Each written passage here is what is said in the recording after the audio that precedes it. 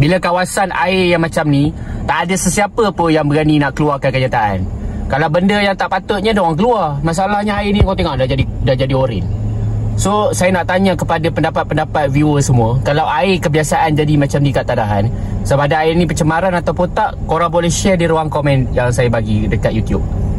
So saya tak tahu sebenarnya air ni sama ada pencemaran ataupun bukan.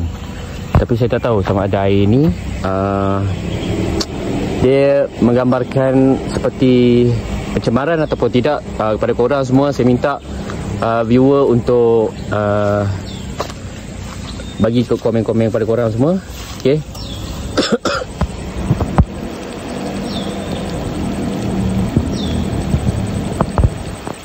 Tengok keadaan pun kotor, air pun kelodak apa semua.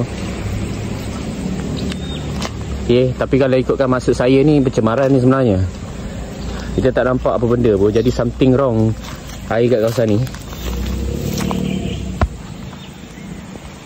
Okay, saya tak pasti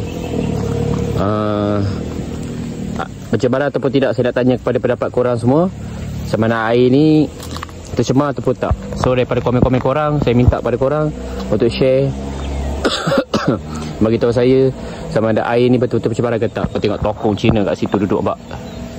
Semenjak DAP dah banyak sangat dalam Malaysia ni, ni jadi bak ni. Diorang dah berani letak toko semayang kat sini. Ni dah masalah Cina bodoh ni.